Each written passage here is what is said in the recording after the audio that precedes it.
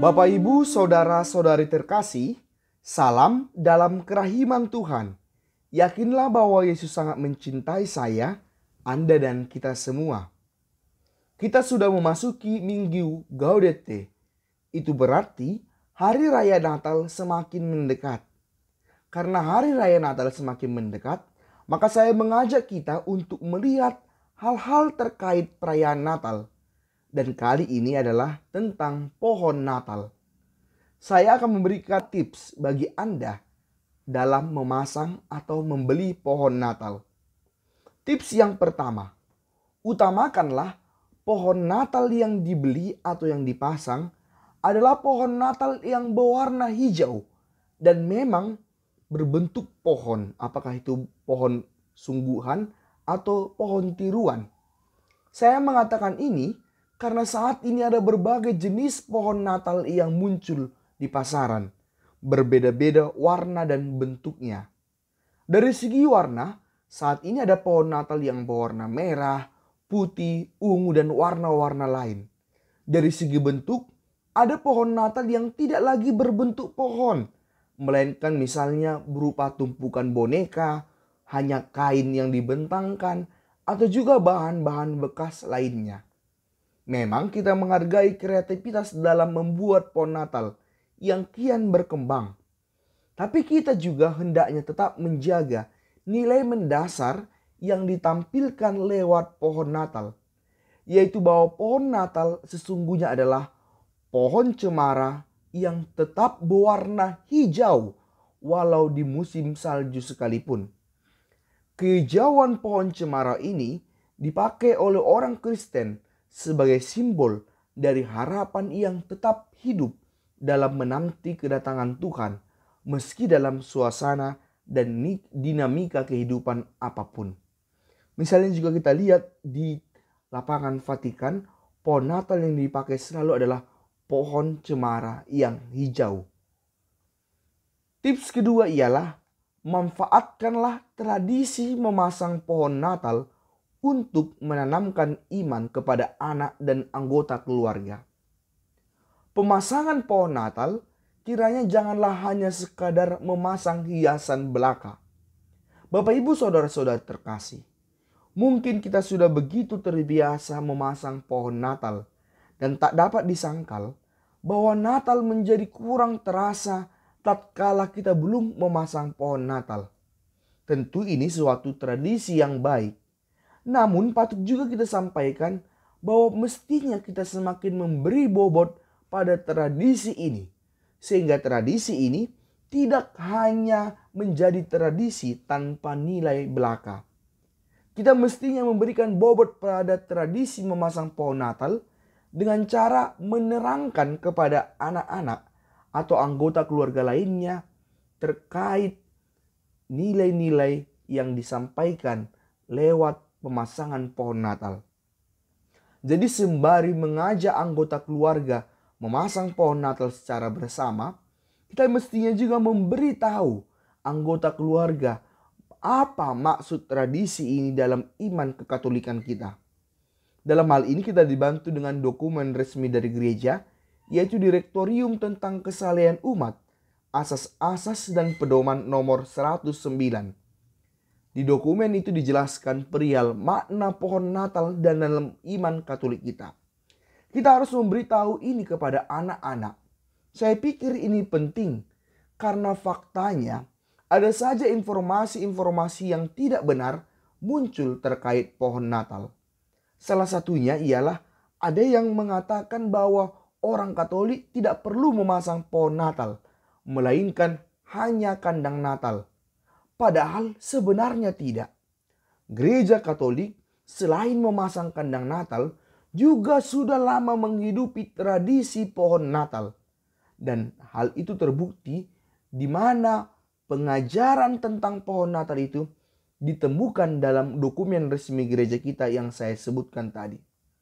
Di sini dikatakan bahwa pemasangan pohon Natal mengingatkan kita akan pohon yang tumbuh di Taman Eden maupun pohon salib. Pohon Natal juga mengingatkan kita akan Kristus sebagai pohon hidup sejati yang lahir dari perawan Maria yang selalu hijau dan berbuah lebat. Jadi, dengan melihat pohon Natal, sebenarnya kita sedang juga mengingat Kristus sebagai kehidupan sejati. Ketiga, berdoa di sekitar pohon Natal. Selain memberikan pengajaran tentang pesan iman lewat pohon Natal kepada anggota keluarga, sebenarnya gereja juga mengajak kita umat Katolik untuk menjadikan pohon Natal sebagai sarana doa. Dan hal ini saya temukan dalam dokumen yang saya sebutkan tadi.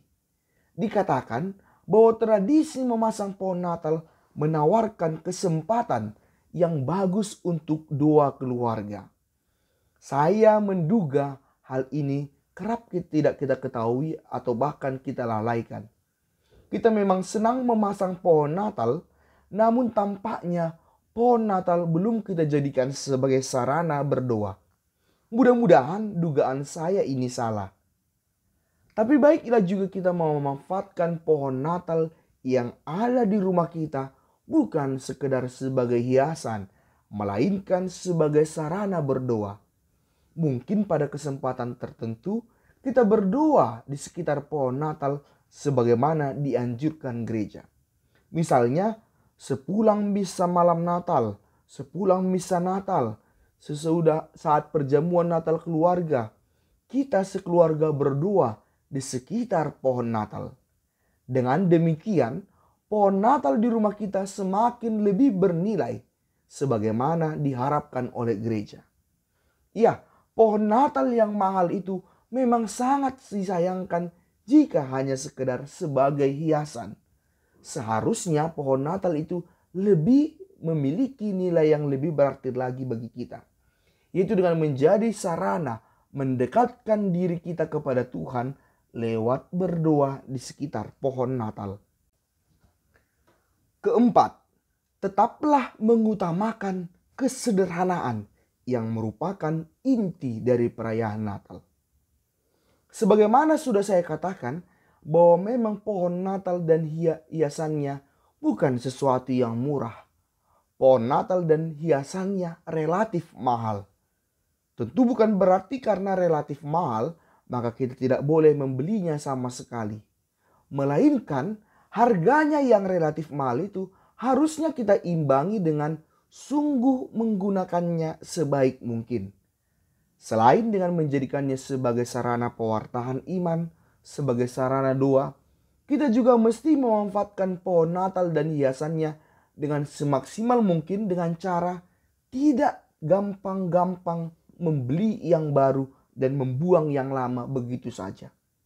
Kita harus menahan diri untuk tidak selalu mengikuti modis pohon Natal yang terbaru yang ditawarkan oleh para pebisnis dalam hal pohon Natal dan hiasannya. Kalau kita begitu gampang membeli pohon Natal dan hiasannya yang baru itu, dan begitu gampang pula membuang atau tidak memakai lagi yang lama, maka pohon Natal itu bukannya kita sedang pakai sebagaimana mestinya, melainkan pohon Natal itu justru membuat kita dalam arti tertentu melecehkan perayaan Natal. Bagaimanapun, kita tetap harus mengingat bahwa perayaan Natal adalah merayakan kerendahan hati Allah yang rela hadir di dunia, bahkan di kandang Natal yang hina. Tema kesederhanaan dan solidaritas dengan orang miskin, inilah pesan Natal yang harus kita jaga. Salah satunya ialah dengan cara tidak gampang-gampang saja membeli pohon Natal dan hiasannya yang baru dan mengganti atau bahkan membuang pohon Natal dan hiasannya yang lama begitu saja. Miris juga mengetahui dan mendengar bahwa bahkan di gereja pun terjadi juga kadang-kadang pohon Natal dan hiasan Natal selalu dibeli yang baru tanpa merawat yang lama. Karena setelah perayaan Natal, pohon Natal dan hiasannya itu beberapa ada yang tidak disimpan dengan baik. Jangan terkecoh dengan godaan para pebisnis pohon Natal dan hiasannya. Sebaliknya, pohon Natal dan hiasan yang masih bagus harusnya kita pakai dan kita simpan lagi dengan baik supaya dapat dipakai pada tahun yang akan datang.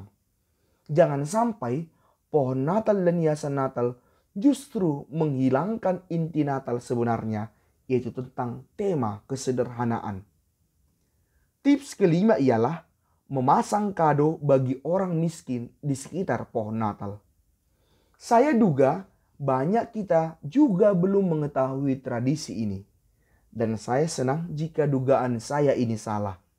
Di dokumen gereja yang saya sebutkan tadi, dikatakan juga bahwa pohon Natal dapat ditambahkan dengan bingkisan yang ditempatkan di bawah pohon Natal.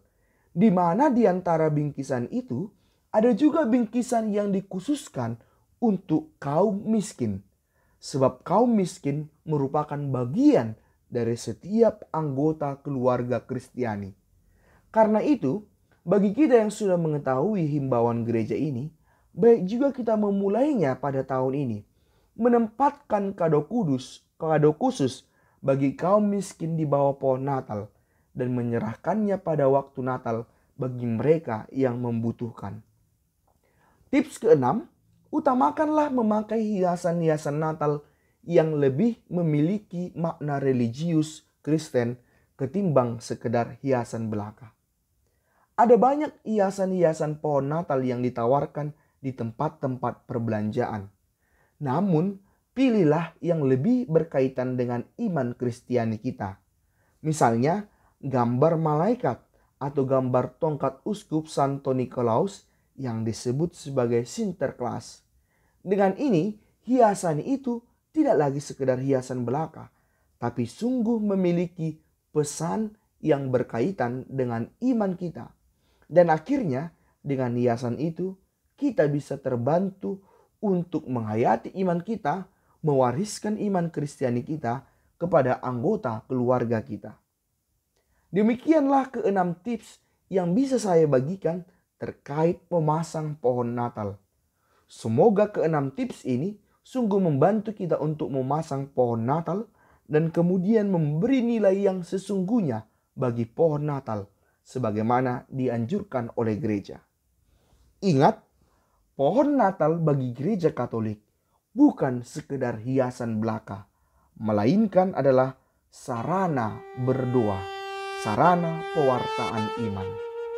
Yesus, Engkau andalanku, Pace Ebene.